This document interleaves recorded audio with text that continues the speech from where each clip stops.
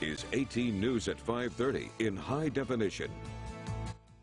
Welcome to Political Talk, recapping the week in local politics for our viewers in the Twin Tiers. With me here are Jim Bacalus, formerly mayor of Corning and Republican New York State Assemblyman, and Leslie Danks Burke, the past Democratic candidate for New York State Senate and now president of Trailblazers PAC. The Chemung County Republican Party is challenging the candidacy of a Republican running for Chemung County legislator. So Michael Printup, the president of Watkins Glen International, he's running for a Chemung County legislator in a primary against the incumbent Republican. So let's talk about that a little bit. Well, go ahead, Jim. It's an interesting one. It's an interesting one because the county committee is asking for the county district attorney to investigate as to election fraud. Normally, the county committee doesn't get involved in a primary. They support whoever is the victor in the primary election. So it's going to be interesting. And of course, the Chemung County DA has recused himself. The Schuyler County DA has recused himself, and so you've got the Steuben County DA doing the investigation. And the underlying issue here is that, according to the Chemung County Republican Committee, Michael Printup had election fraud on his petitions, and so in order to even get onto the ballot for the primary that's on September 13th, Thursday, September 13th this year, you have to get a certain number of petitions signed.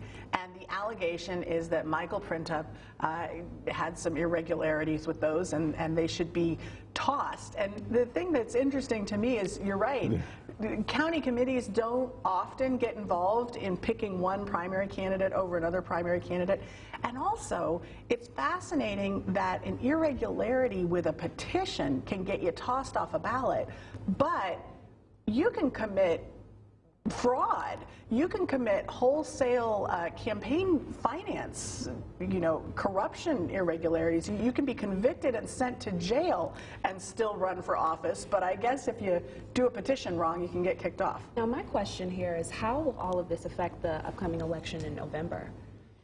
Well, it's going to affect the primary if in fact did the petition that, and apparently what happened here is that Michael's wife circulated it, and he signed the witness part, which means he didn't witness those signatures. Is that petition going to get thrown out? Does he still have enough signatures to be on the primary ballot in September?